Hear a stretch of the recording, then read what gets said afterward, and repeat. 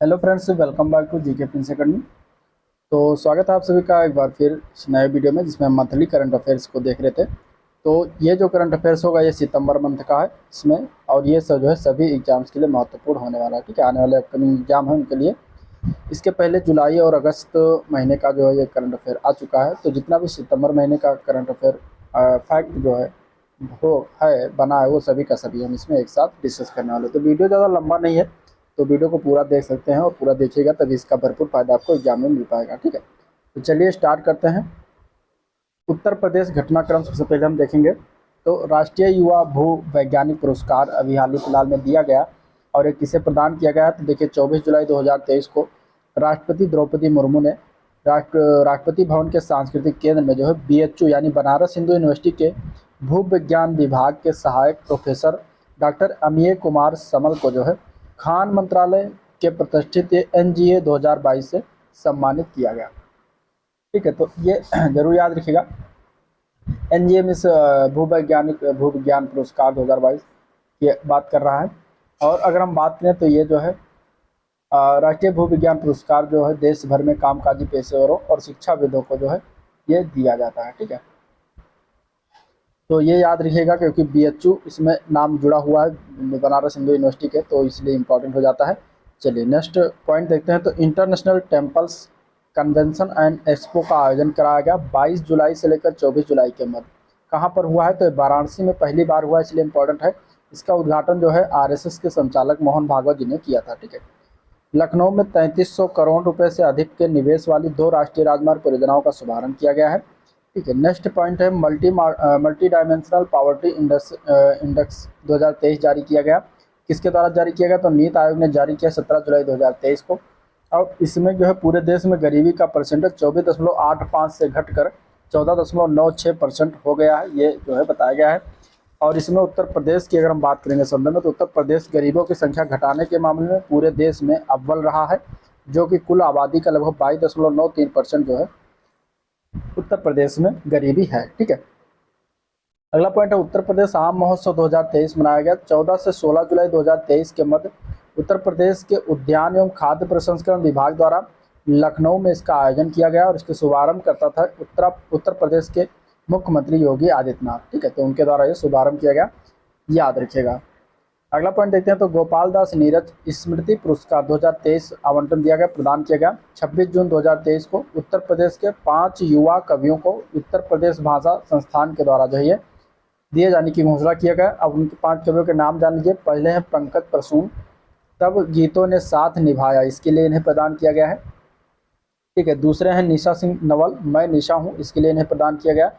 तीसरे हैं doctor Prabhanshu Kumar, doctor Prabhanshu की कलम से काव्य संग्रह के लिए इन्हें प्रदान किया गया। कृष्ण कुमार कनक, उलझाता छविजाल तुम्हारा, ये जो है इनके लिए इन्हें दिया गया है। और वेद मित्र शुक्ला को प्रदान किया गया एक समंदर गहरा भीतर। तो इन 5 कवियों के नाम याद रखिएगा। ठीक है, इनके लिए जो है ये गोपाल दास नीरज स्मृति पुरस्कार जो है इनके दिए जाने की घोषणा किया गया है। ठीक है, और विदित हो कि ये मुख्यमंत्री योगी आदित्यनाथ के द्वारा वर्ष 2018 में गोपाल दास नीरज के निधन पर उनकी स्मृति में हर वर्ष 5 नवोदित कवियों को 1-1 लाख रुपए के पुरस्कार देने की घोषणा की गई थी। तो इस तरीके से 2018 से स्टार्ट है। अब राष्ट्रीय क्रम की घटनाओं को देखते हैं। तो निर्यात तैयारी सूचकांक 2022 को जारी किया गया, नीति आयोग ने जारी किया है 17 जुलाई 2023 को। ठीक है, ये तीसरा संस्करण था। शीर्ष प्रदर्शनकर्ता राज्य में अगर देखेंगे तो तमिलनाडु पहले स्थान पर, महाराष्ट्र दूसरे पर और कर्नाटक तीसरे पर आता है। 2021 में शीर्ष राज्य जो था वो गुजरात था, 2022 में इसकी चौथी रैंक आई है। ठीक है, पहाड़ी और हिमालयी क्षेत्रों के राज्यों की श्रेणी में उत्तराखंड पहले स्थान पर और हिमाचल प्रदेश दूसरे स्थान पर आता है। स्थल रुद्ध श्रेणी में अगर हम बात करेंगे तो हरियाणा जो है पहले स्थान पर आता है। दूसरा इंडेक्स है प्रदर्शन ग्रेडिंग इंडेक्स 2.0 रिपोर्ट जारी किया गया, शिक्षा मंत्रालय जारी करता है। PGI की शीर्ष 5 श्रेणी में कोई भी राज्य जो है शामिल नहीं है इसमें। ओवरऑल रैंकिंग में 6वीं श्रेणी में पंजाब एवं चंडीगढ़ को शीर्ष स्थान प्राप्त हुआ है। 7वीं श्रेणी में गुजरात, केरल, महाराष्ट्र, दिल्ली, पुडुचेरी और तमिलनाडु को जो है शीर्ष स्थान प्राप्त हुआ। 8वीं श्रेणी में कुल 13 राज्यों को शीर्ष स्थान देगा, और 9वीं श्रेणी में उत्तर प्रदेश, बिहार, उत्तराखंड, झारखंड सहित जो है 12 राज्यों को रखा गया है। ठीक है, राष्ट्रीय सिकल सेल एनीमिया उन्मूलन मिशन का शुभारंभ किया गया, PM प्रधानमंत्री मोदी के द्वारा 1 जुलाई 2023 को शुभारंभ किया गया है। मध्य प्रदेश के शहडोल जिले से शुभारंभ किया गया है। इसका लक्ष्य क्या होगा, तो 2047 तक सिकल सेल एनीमिया को खत्म करना इसका लक्ष्य रखा गया है। और ये जो है 17 राज्य के 278 जिलों में जो है लागू भी कर दिया गया है। ठीक है, सिकल सेल एनीमिया की बात करें तो एक वंशानुगत लाल रक्त कोशिका स्थितियों का एक संग्रह जो कि हीमोग्लोबिन को प्रभावित करता है और जो शरीर में जो है ऑक्सीजन ले जाता है। ठीक है, तो लाल रक्त कोशिकाएं जो होती है वो कठोर और चिपचिपी हो जाती हैं, जो जो सी आकार के समान हो जाती हैं, जिसे जो है सिकल कहा जाता है, और इस तरीके से सिकल सेल एनीमिया रोग हो जाता है। ठीक है, तमिलनाडु के आथुर पान के पत्तों को जो है मिला भौगोलिक संकेतक प्रमाण पत्र मिला है। तो आथुर पान के पत्तों को जो है, जो कि तमिलनाडु का है, तो उसे जो है भौगोलिक संकेतक यानी कि GI टैग जो है प्रदान किया गया है, ये भी याद रखिएगा। ठीक है, और आथुर पान जो है ये थूथुकुडी जिला, ठीक है, थूथुकुडी जिला जो है तमिलनाडु का, वहाँ पर जो है ये पाया जाता है कि राज्य कृषि विपणन बोर्ड और NABARD Madurai agri business incubation forum के द्वारा जो है ये GI प्रमाण पत्र से सम्मानित किया गया है। ठीक है, तो इस तरीके से याद रखिएगा।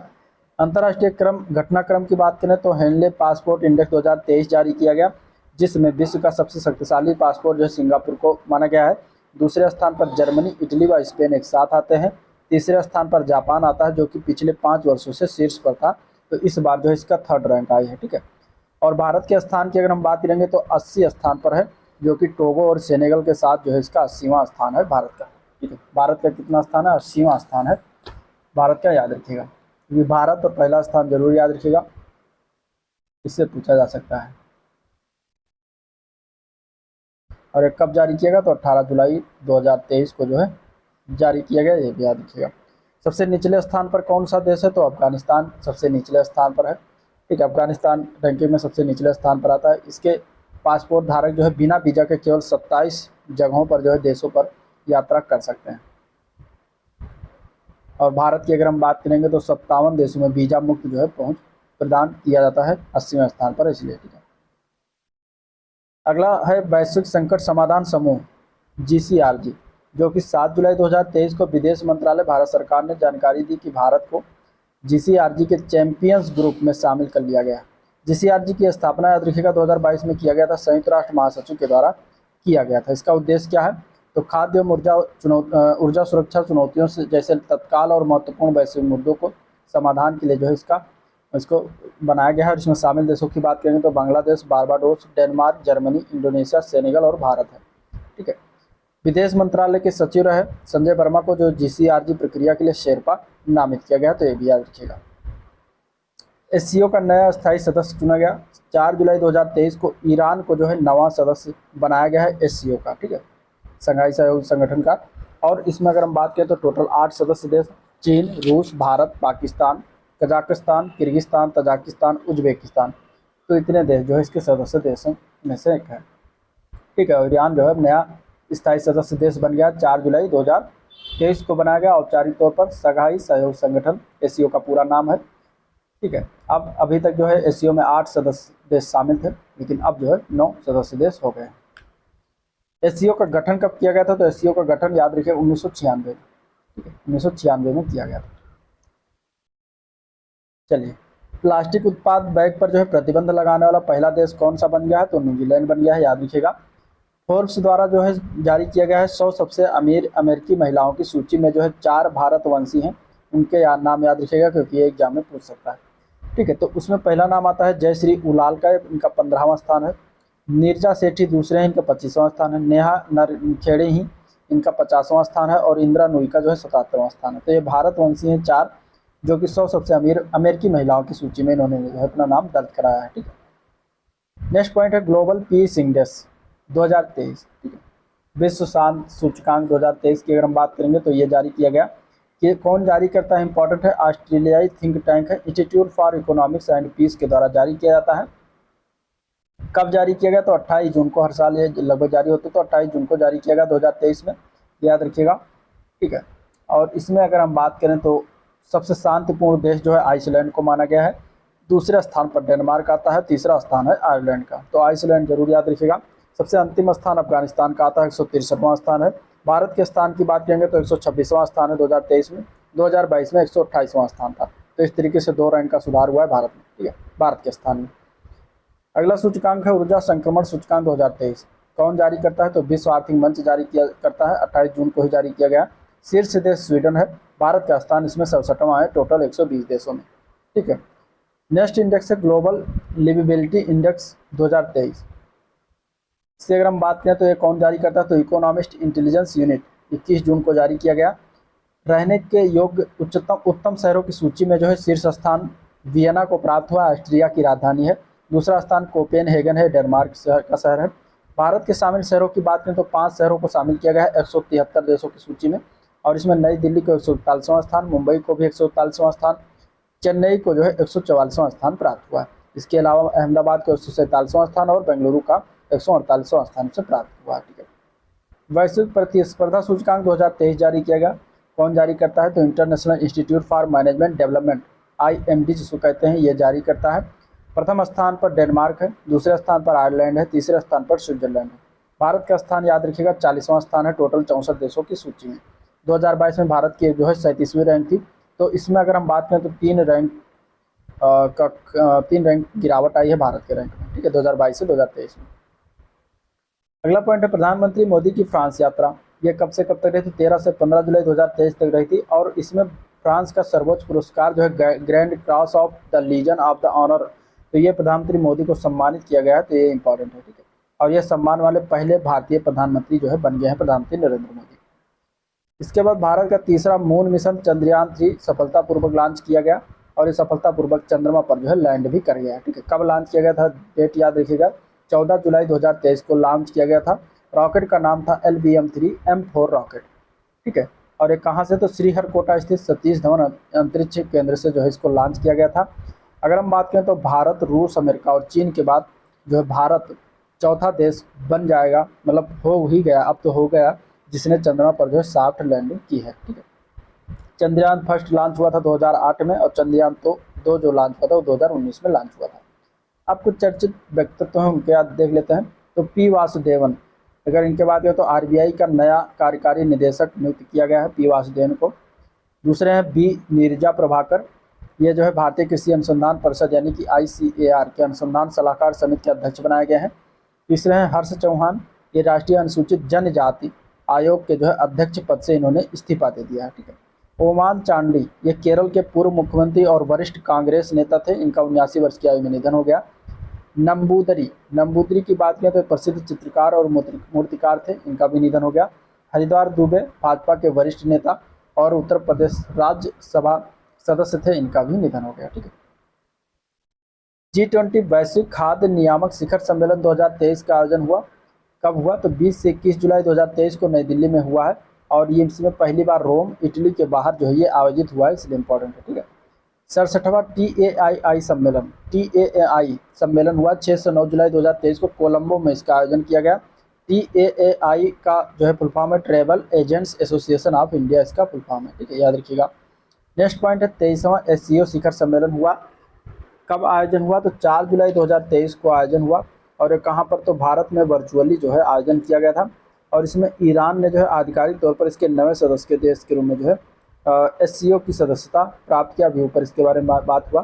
थीम क्या था इस बार का? तो टुवार्ड्स सिक्योर SCO इसका थीम था 2023 का, ये याद रखिएगा, ठीक है। सिक्योर शब्द का अर्थ की बात करें तो 2018 में जो आयोजित हुआ था SCO के किंगदाओ शिखर सम्मेलन में भारतीय PM द्वारा दिए गए संक्षिप्त नाम से लिया गया है। सिक्योर का अर्थ क्या होता है? तो देखिए, S फॉर सुरक्षा, E फॉर आर्थिक विकास, C for connectivity, U for Ekta, R for संप्रभुता और क्षेत्रीय अखंडता के लिए सम्मान, ठीक है, E फॉर जो है पर्यावरण संरक्षण। तो इस तरीके से सिक्योर शब्द जो थीम बनाया गया उसका यह अर्थ बनता है। 2024 में SCO की अध्यक्षता जो है कजाकिस्तान को सौंपा गया है, यानी कि 2024 का SCO की अध्यक्षता कजाकिस्तान करेगा, ठीक है। अब कुछ ऑपरेशन अभियान है, जैसे कि नोमैडिक एलिफेंट 2023, तो ये भारत और मंगोलिया के मध्य संयुक्त सैन्य अभ्यास 2023 था, जिसको 17 से 31 जुलाई 2023 के मध्य मंगोलिया के उलान बटोर में जो है किया गया, ठीक है। मंगोलिया की राजधानी है उलान बटोर। दूसरा है जिमेक्स 2023, ये 5 से 10 जुलाई 2023 तक ये अभ्यास हुआ। भारत और जापान के बीच समुद्री अभ्यास था। यह 7वां संस्करण था, जो कि विशाखापत्तनम में आयोजित किया गया, ठीक है। इसके अलावा है ऑपरेशन बॉर्डर स्वाड। ये जून 2023 में भारत और संयुक्त राज्य अमेरिका ने इंटरनेशनल मेल सिस्टम के माध्यम से फार्मास्यूटिकल उपकरणों और पूर्ववर्ती रसायनों के अवैध परिवहन को रोकने के लक्ष्य के साथ संयुक्त रूप से ऑपरेशन ब्रॉडर स्वॉर्ड चलाया गया। ठीक है, तो किससे संबंधित है? तो ये जो है फार्मास्यूटिकल उपकरण और पूर्ववर्ती रसायन के अवैध जो है परिवहन को रोकने के लिए जो है इससे संबंधित जो है अभियान था। ठीक है, ऑपरेशन था। इसके बाद है गजह-कोथा अभियान। ये जो है असम के द्वारा मानव हाथी संघर्ष की बढ़ती समस्या के समाधान के लिए जो है अभियान ये चलाया गया। तो किस राज्य के द्वारा चलाया गया? तो असम राज्य के द्वारा चलाया गया, ये याद रखिएगा। कुछ चर्चित पुस्तकें हैं जैसे कि माया, मोदी और आज़ाद। ठीक है, ये तीन मतलब ये पुस्तक का नाम है माया, मोदी और Azad, Dalit politics in the time of Hindutva. तो ये जो है पुस्तक किसके द्वारा लिखित है? तो ये पुस्तक का अगर हम बात करें तो सुधा पै और सज्जन कुमार की इसके लेखक हैं। कलर्स ऑफ डिवोशन के अगर लेखक की बात करें तो अनंत भारत शाह। तो ये दो पुस्तक याद रखिएगा इस मंथ का। अब तिथि, दिवस और वर्ष जान लीजिए। तो 1 जुलाई को वास्तुशिल्प दिवस, राष्ट्रीय चिकित्सक दिवस मनाया जाता है। 6 जुलाई को वर्ल्ड जूनोसिस दिवस मनाते हैं। 11 जुलाई को विश्व जनसंख्या दिवस मनाया जाता है। 12 जुलाई को विश्व मलाला दिवस या फिर पेपर बैग दिवस भी इसी दिन मनाते हैं। 18 जुलाई को अंतर्राष्ट्रीय नेल्सन मंडेला दिवस भी मनाया जाता है। 22 जुलाई को विश्व मस्तिष्क दिवस मनाते हैं। इसके अलावा 26 जुलाई को कारगिल विजय दिवस होता है। 27 जुलाई को सीआरपीएफ का स्थापना दिवस है। 28 जुलाई को विश्व हेपेटाइटिस दिवस मनाते हैं। 29 जुलाई को विश्व बाघ दिवस मनाया जाता है। इंपॉर्टेंट है। अब खेल से संबंधित देखें तो विंबलडन चैंपियनशिप 2023 आयोजन हुआ। विजेता थे कार्लोस अल्कराज। ठीक है, और उप विजेता था मार्केंडा वोंड्रोसोवा जो कि चेक के हैं। तो ये उप विजेता था, विजेता थे कार्लोस अल्कराज और उप विजेता है नोवाक जोकोविच जो कि सर्बिया के हैं। ठीक है, कार्लोस अल्कराज कहाँ के हैं? तो ये स्पेन के हैं। और महिला की अगर हम बात करेंगे महिला में, तो महिला में विजेता रही थी मार्केटा वोंड्रोसोवा जो कि चेक गणराज्य की हैं। तो ये विजेता बनी थी। और उप विजेता में ओन्स जावेडर, ये ट्यूनीशिया की हैं। तो ये उप विजेता बनी है। ठीक है, पहली महिला है जो ट्यूनीशिया की जो कि उप विजेता हैं। तो इस तरीके से ये नाम विंबलडन चैंपियनशिप 2023 के बारे में याद रखिएगा। एशियाई एथलेटिक्स चैंपियनशिप 2023 की बात करें तो इसका आयोजन हुआ है 12 से 16 जुलाई 2023 को थाईलैंड के बैंकॉक में इसका आयोजन हुआ है। प्रथम स्थान इसमें जापान का रहा, दूसरे स्थान पर चीन और तीसरे स्थान पर जो है भारत है। ठीक है, तो इस तरीके से याद रखिएगा। कनाडा ओपन 2023 की अगर हम बात करें तो भारत के लक्ष्य सेन के द्वारा ये जीता गया। उप विजेता ली सी फेंग था, चीन का था। पहले स्थान पर जो है भारत था, इसलिए लक्ष्य सेन याद रखिएगा। विश्व तीरंदाजी युवा चैंपियनशिप 2023 की अगर हम बात करें तो आयोजन हुआ है 3 से 9 जुलाई 2023 के मध्य आयरलैंड में इसका आयोजन हुआ है। और प्रथम स्थान कोरिया का है और दूसरे स्थान पर जो है भारत है। ठीक है, एशियन कबड्डी चैंपियनशिप 2023 की बात करें तो 30 जून 2023 को कोरिया गणराज्य के बुसान शहर में जो है आयोजित किया गया। इसमें विजेता भारत बना और ईरान जो है उप विजेता बना था। ठीक है, तो इस तरीके से नाम याद रखिएगा विजेता का। एशियन कबड्डी चैंपियनशिप के विजेता भारत ही है।